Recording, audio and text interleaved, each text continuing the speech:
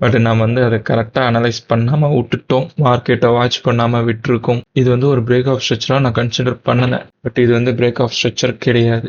எதனால் break of structure கிடையாது? Break out ஆகிட்டானா மார்க்கெட் வந்து டவுன் ட்ரெண்டில் தான் மூவ் ஆகும்.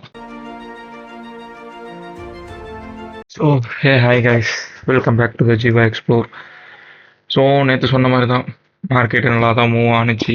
நாம் நினச்சது மாதிரியே மார்க்கெட்டு ஸ்ட்ராட்டஜிலாம் ஓகே தான், நல்லாவே மூவ் ஆணுச்சு, எந்த பிரச்சனையும் இல்லை. நல்லா ஒரு ப்ராஃபிட் கிடைக்கக்கூடிய ட்ரேடு தான். பட் நான் வந்து ப்ராஃபிட் எடுத்துனேன்னா இல்லை, நான் வந்து ட்ரேடே எடுக்க கிடையாது. இது வந்து ஒரு பிரேக் ஆஃப் ஸ்ட்ரக்சராக நான் கன்சிடர் பண்ணலை. பட் இது வந்து பிரேக் ஆஃப் ஸ்ட்ரக்சர் கிடையாது. எதனால் பிரேக் ஆஃப் ஸ்ட்ரக்சர் கிடையாது? ஏன்னா ஒரு பிரேக் ஆஃப் ஸ்ட்ரக்சர்னா இங்கே பாருங்க, இப்போ இந்த லோவை இது ப்ராப்பராக பிரேக் அவுட் பண்ணியிருக்கு, பாடி வந்து பிரேக் அவுட் பண்ணியிருக்கு. ஆனால் இங்கே பார்த்தீங்கன்னா பாடி வந்து பிரேக் அவுட் பண்ண கிடையாது, விக்கு தான் பிரேக் அவுட் பண்ணியிருக்கு. ஸோ இது வந்து பிரேக் ஆஃப் ஸ்ட்ரக்சராக எடுத்திருக்க கூடாது.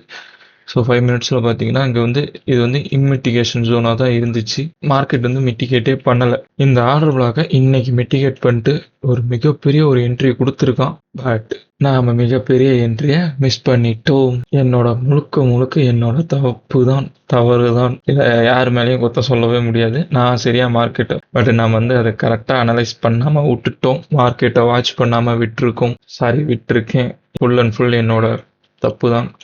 இவ்வளோ பெரிய என்ட்ரியை நான் வந்து மிஸ் பண்ணிட்டேன். ஓகே, மீண்டும் ஒரு நல்ல என்ட்ரி கிடைக்கக்குள்ள கண்டிப்பாக நான் உங்களுக்கு வந்து வீடியோ போடுறேன். எப்போ நல்ல என்ட்ரி கிடைக்கும்னு தெரியல. கீழே ஒரு ஆர்டர் பிளாக் இருக்குது, ஸோ மறந்துடாதீங்க. இங்கே ஒரு ஆர்டர் பிளாக் இருக்குது. இந்த ஆர்டர் பிளாக்கை பிரேக் அவுட் ஆகிட்டானா மார்க்கெட் வந்து டவுன் ட்ரெண்டில் தான் மூவ் ஆகும். ஒருவேளை பிரேக் அவுட் ஆகாமல் ரிவர்சல் ஆனான்னா மார்க்கெட்டு அப் ட்ரெண்டுக்கு சேஞ்ச் ஆயிடுச்சுன்னு அர்த்தம். ஓகே, எது வரைக்கும் சேஞ்ச் ஆயிடுச்சுன்னா ஒரு எவ்வளோ பாயிண்ட்ஸ், ஒரு 200 பாயிண்ட்ஸ் பக்கமாக மேலே வருவான். இப்படி தான் மார்க்கெட் ரன் ஆகும். பார்ப்போம் இந்த ஆர்டர் பிளாக்கை பிரேக் பண்ணுறான்னா இல்லையா என்னன்னு. Okay guys, thank you. மறக்காமல் லைக் அண்ட் ஷேர், சப்ஸ்கிரைப் பண்ணிடுங்க. பை.